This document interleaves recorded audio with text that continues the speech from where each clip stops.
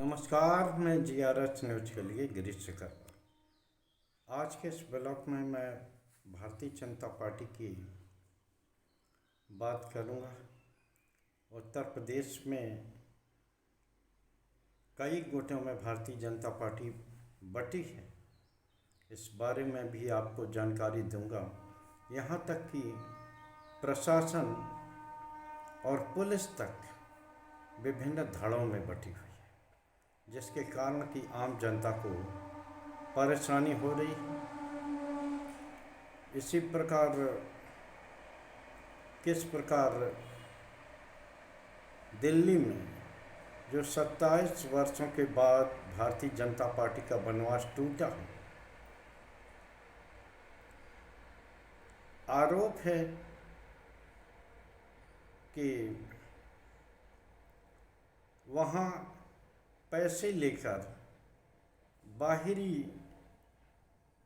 या अन्य दलों से आए हुए लोगों को पद बांटे जा रहे हैं। इस बात को लेकर हालांकि खुले तौर पर इस बात की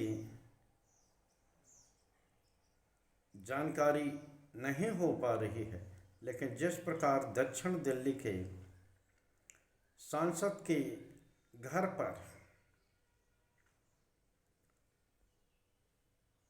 बाहर या यूं कहिए आम आदमी पार्टी से आए उमेश फोगाट को दक्षिणी जोन का चेयरमैन बनाए जाने पर उपाध्यक्ष अनीता ने जमकर बवाल किया।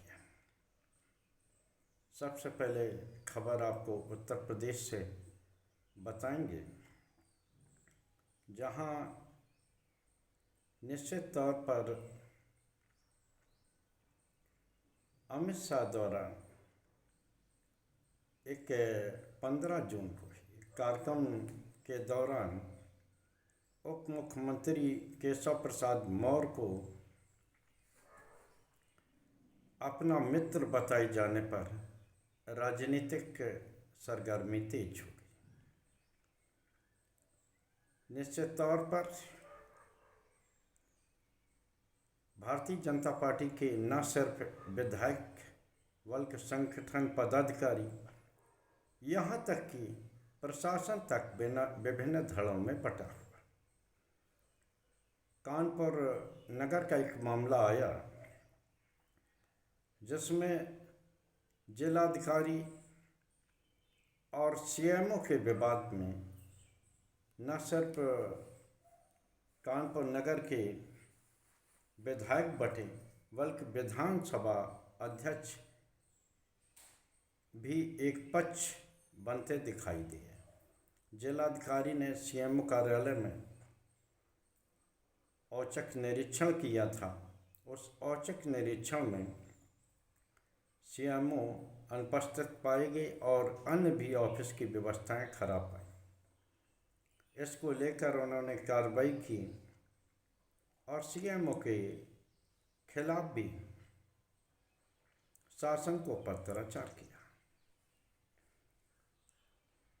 सीएमओ हरदत्त नेम को बचाने के लिए विधानसभा अध्यक्ष और विधायक सुरेंद्र मैथानी उनके पक्ष में आए, जबकि अभिजीत सांगा इसके खिलाफ में खड़े हुए। उन्होंने सीएमओ के कार्यशैली को गलत बताया। निश्चित तौर पर हालांकि बाद में मुख्यमंत्री कार्यालय में इसमें हस्तक्षेप करके सीएमओ को हटा दिया गया। ये एक कोई अकेला मैटर नहीं है, कई बार ऐसे मामले आ चुके हैं जिनमें कि भ्रष्टाचार के आरोपी को बचाने के लिए न सिर्फ संगठन के पदाधिकारी बल्कि विधायक भी आमने सामने खड़े होते हुए दिखाई दिए। निश्चित तौर पर अब ये देखना जरूरी होगा कि आखिर किस प्रकार से भारतीय जनता पार्टी की जो आपसी द्वंद्व है ये किस प्रकार खत्म होगा।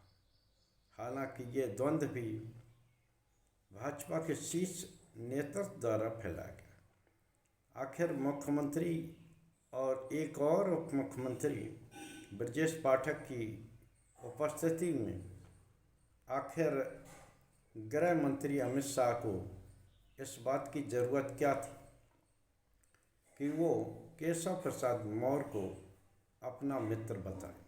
हालांकि उन्होंने मुख्यमंत्री की कार्यशैली की भी सराहना की, लेकिन उनके मुंह से निकला ये शब्द एक संदेश दे गया और राजनीतिक हलके में भी ये संदेश दे दिया गया, स्पष्ट तौर पर पहुंच गया है कि निश्चित तौर पर अब जो है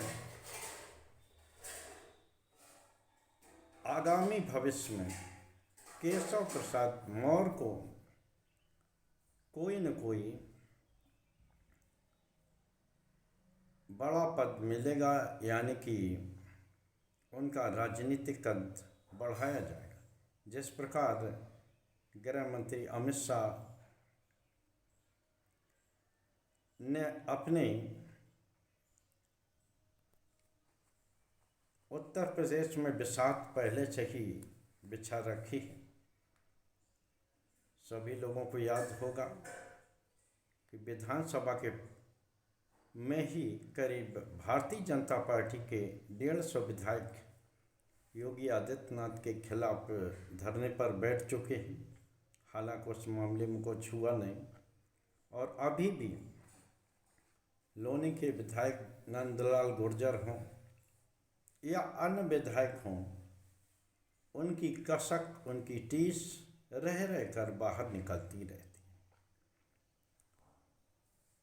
अगर किसी भी चुनाव में जाने से पहले अगर सेना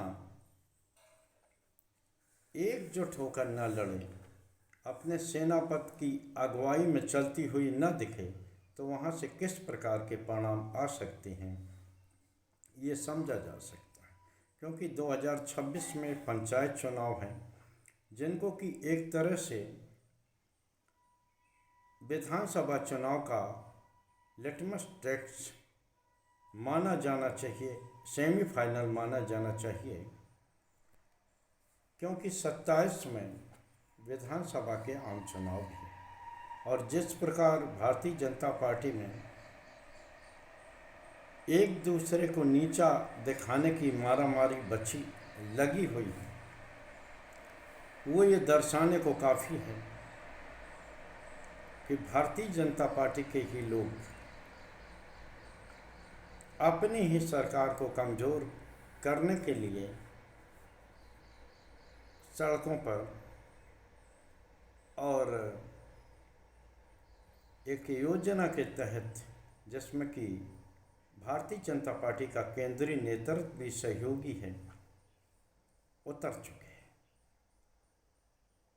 मैंने दिल्ली का भी एक भारतीय जनता पार्टी के अंदर का मैटर बताया, जहां 27 साल बाद भारतीय जनता पार्टी की वापसी।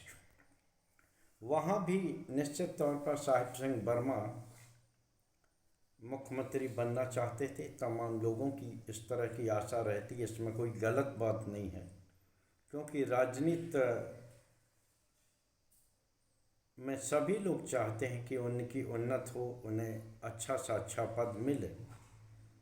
लेकिन जिस तरह से ये प्रशासन और प्रशासनिक अधिकारियों में इस प्रकार का दिखाई देता है भेदभाव सा होता, तो वो निश्चित ये दर्शाने को काफ़ी है कि भले ही अभी भले ही इसमें कुछ उन्नत हो जाए, लेकिन आगे चलकर ये पार्टी और संगठन के लिए खतरनाक साबित होने वाला है। दक्षिण दिल्ली के सांसद रामवीर बिदूड़ी के यहाँ एक कार्यक्रम का आयोजन हुआ, जिसमें कि 11 साल सुशासन को लेकर एक कार्यक्रम का आयोजन किया गया। इस संबंध में एक प्रेस वार्ता का आयोजन हुआ था सांसद के आवास पे, जिसमें कि आम आदमी पार्टी से विधानसभा चुनाव के दौरान आए हुए पार्षद को दक्षिणी जोन में चेयरमैन बना दिया गया। आरोप है कि उनसे इस एवज में 70 लाख की वसूली की गई। हालांकि मेरा चैनल इस बात की पुष्टि नहीं करता, लेकिन जैसा कि आरोप है और भाजपा की पार्षद अनीता ने जिस प्रकार ये खुलेआम आरोप लगाए हैं, उससे निश्चित तौर पर यह दर्शाने को काफ़ी कि वो भारतीय जनता पार्टी, जो कभी कार्यकर्ता आधारित पार्टी मानी जाती थी, आज सत्ता के लिए वो किसी से भी हाथ मिलाने को तैयार है और किसी को भी अपने साथ लेकर वो चुनाव मैदान में जाने को तैयार है, भले ही उस व्यक्ति से कभी भी भारतीय जनता पार्टी या संगठन का कोई मेल मिलाप न रहा। अगर इस तरह की, वैसे तो दिल्ली में ये तक खबरें आ रही हैं कि पैसे लेकर ही आम कार्यकर्ताओं के काम कराए जा रहे हैं। हालांकि ये भी सिर्फ आरोप ही हैं, लेकिन इस तरह की अगर शिकायत आती है तो निश्चित तौर पर आप तय मानिए कि आगे आने वाला भारतीय जनता पार्टी का भविष्य खतरे में पड़ सकता है। आज के ब्लॉग में बस इतना ही। जय हिंद, जय भारत। कल फिर किसी नए मुद्दे पर आपसे जुड़ने का प्रयास करूँ।